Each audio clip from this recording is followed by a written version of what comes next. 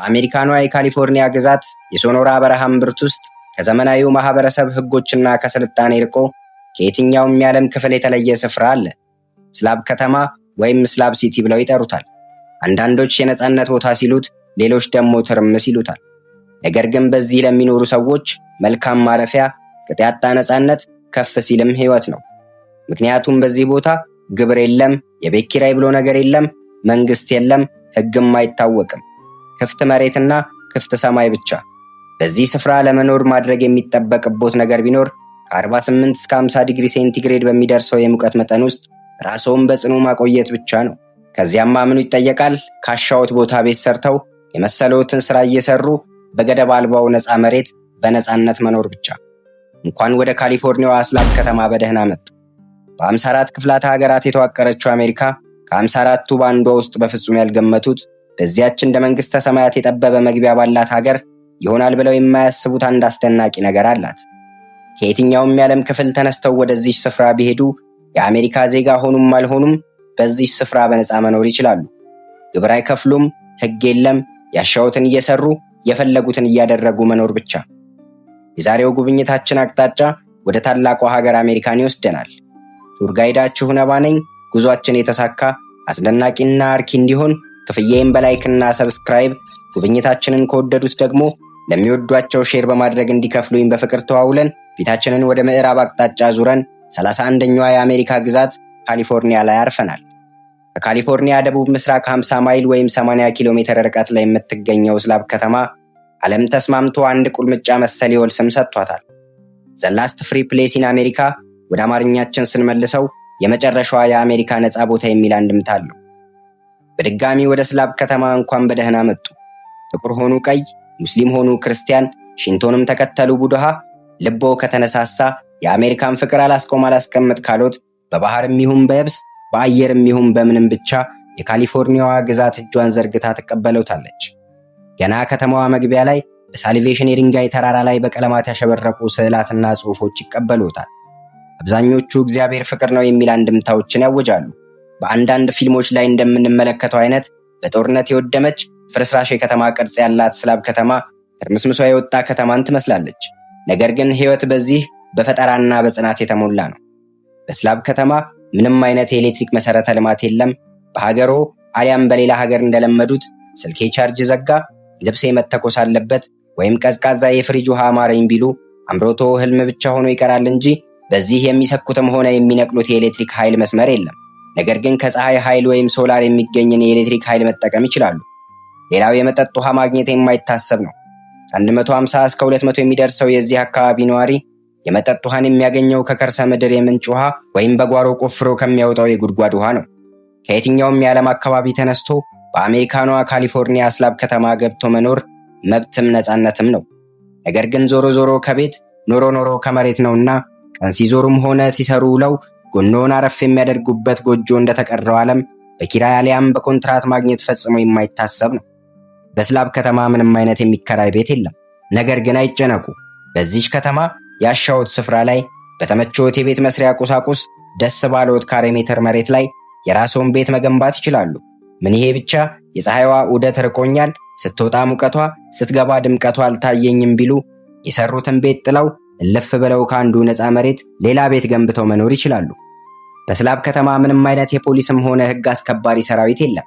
አያድርገውና ወንጀል ቢፈጸምቦት የአሜሪካን የፖሊስ መኮንኖች የሚደርሱሎት ከቀናት በኋላ ነው።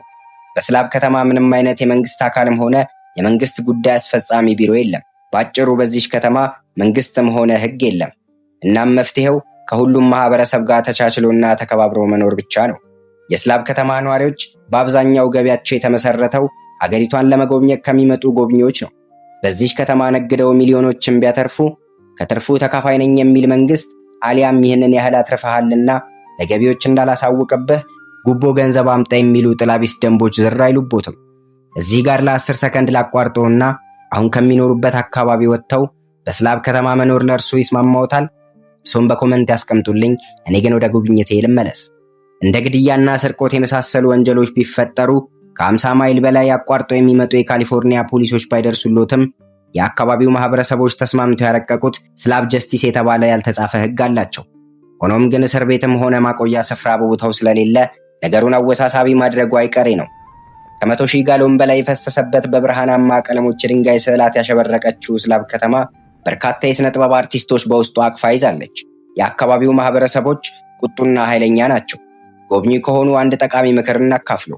የነዋሪዎቹን ፍቃድ እስካላገኙ ድረስ በፍጹም ፎቶ ለማንሳትም ሆነ ቃለ መጠይቅ ለማድረግ እንዳያስቡ። ከስላብ ከተማ ነዋሪዎች አብዛኞቹ ከተቀሩት የአሜሪካን ከተሞች ውድ ኑሮን ፍራቻ ሸሽቶ የመጡና ጡረተኞች ናቸው። አንዳንዶቹም የሩቅ ተጓዦችና ዘላኖች የሆኑ ነፃነትን አሳዳጆች ናቸው። እዚህ የሚመጡት አንድ ነገር ፍለጋ ነው። እርሱም ዳር አልባ ነፃነት። በዚህ ስፍራ መኖር ከኪራይ፣ ከግብር፣ ከሕግና ከፍርድ ነፃ የመውጣትን መብት መጎናጸፍ ነው። በየትኛውም የዓለም ስፍራ ነፃነት ዋጋ አለው። ያም በረጅም ገመድ እንደመታሰር የሚቆጠር ነፃነት፣ በሕግና በድንጋጌ የታጠረ በመብትና በግዴታ የታጀበ ነፃነት የሚመስል ሰፊ እስር ቤት ነው። በስላብ ከተማ ግን እንደዚህ አይደለም።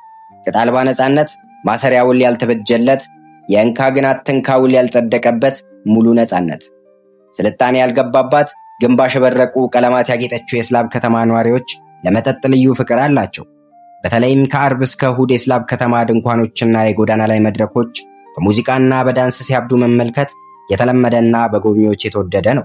የአሜሪካኗ የመጨረሻ ነፃ ምድር ስላብ ከተማ ቀላል የሞባይል ዳታ ወይም የኢንተርኔት ሲግናል የለም። ነገር ግን እንደቀደመው ዘመን አልፎ አልፎ የተቀመጡ ኢንተርኔት ካፌዎች አሉ። በዚያ መጠቀም ይችላሉ።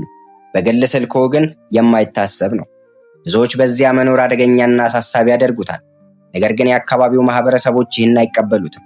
እንደነሱ አባባል ከሆነ በዚህ አካባቢ መኖር ምንም የተለየ ነገር የለውም። ጥሩ ተግባቢና ከነገሮች ጋር ቶሎ መላመድ የሚችሉ ከሆነ አሳሪ ከሆነው የዓለም ሕግ ነፃ ሆነው የሚኖርባት ከተማ ነች።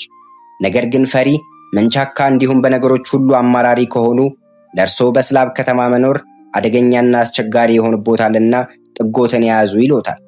የስላብ ከተማ ወደ ውስጧ ሲዘልቁ በተረምስ ውስጥ እንደምትዋኝ ጀልባ ሆነ ያገኟታል። የአካባቢው ሰዎች አንድ አባባል አላቸው። ብዙ ላይኖረን ይችላል፣ ነገር ግን ነፃ ህዝቦች ነን፣ ያም ደግሞ በቂያችን ነው ይላሉ። በጊዜና በዘመናዊ ሰዎች በጉብኝት መጉረፍ ምክንያት ስላብ ከተማ ከጊዜ ወደ ጊዜ እየተለወጠች ነው።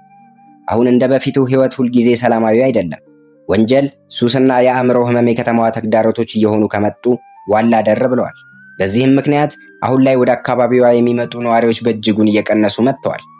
በሁለተኛው የዓለም ጦርነት ወቅት ስላብ ከተማ የአሜሪካን የጦር ካምፕ ሆኖ የሚያገለግል ስፍራ የነበረ ሲሆን ከጦርነቱ ማብቂያ ማግስት ጀምሮ የጦር ኃይሉ ወደ ሌላ ቦታ ሲዛወር ከተማዋን ምድረ በዳ ሆና ለረጅም ጊዜ ቆይታለች። ለዚህም ይመስላል በአሜሪካን መንግስት ፈጽማ የተረሳችው። እጅግ ሞቃታማ የሆነችው የበረሃዋ ስላብ ከተማ አማካኝ የሙቀት መጠኗ በበጋው ወቅት እስከ 50 ዲግሪ ሴንቲግሬድ ሲደርስ በክረምት ወቅት ደግሞ ዝቅተኛው 32 ዲግሪ ሴንቲግሬድ ነው።